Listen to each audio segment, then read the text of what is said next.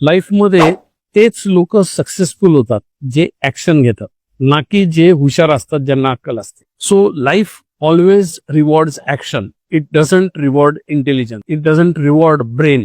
हे लक्षात ठेवा. त्यामुळे कन्सिस्टंट ऍक्शन घेणं हे जास्त महत्वाचं आहे. खूप अक्कल नसली तरी चालते. बऱ्याचदा असं होतं की ज्या लोकांना खूप जास्त अक्कल आहे असे दीडशाने लोक स्वतःला ऍक्शन घेण्यापासून काय थांबवतंय याच्यावरती स्टोऱ्या बनवत राहतात, याच्यावरती फिलॉसॉफी देत राहतात आणि ते कधीही सक्सेसफुल होत नाही.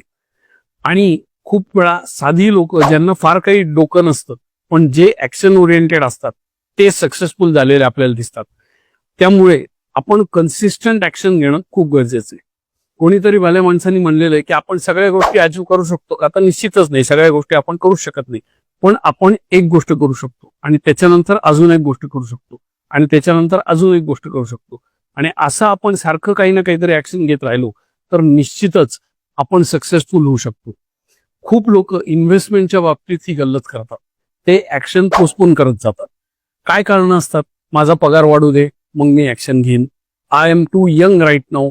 आत्तापासूनच काय रिटायरमेंटची प्लॅनिंग करायची आहे, अजून तर 30 वर्षांनी तो इव्हेंट होणार आहे, अजून माझ्याकडे ते नॉलेज बेसच नाहीये इन्व्हेस्टमेंट करण्याचं. अशी अनेक कारणं लोक देत राहतात. तुम्ही कॉमेंटमध्ये हे लिहा की एक अशी ऍक्शन जी तुम्ही बरेच दिवसांपासून लांबणीवर टाकताय, पोस्टपोन करताय, ती ऍक्शन तुम्ही घेणार आहात. ते कॉमेंट्समध्ये लिहा. कारण action is equal to success and not knowledge. So knowledge is useless unless you use it, and if you want to use it you have to take action. माझ्या पुस्तकात मी एक वाक्य लिहिलंय, the greatest misery of life it is that most people know what to do but the few people do what they know. So the game of life happens in doing and not knowing or thinking.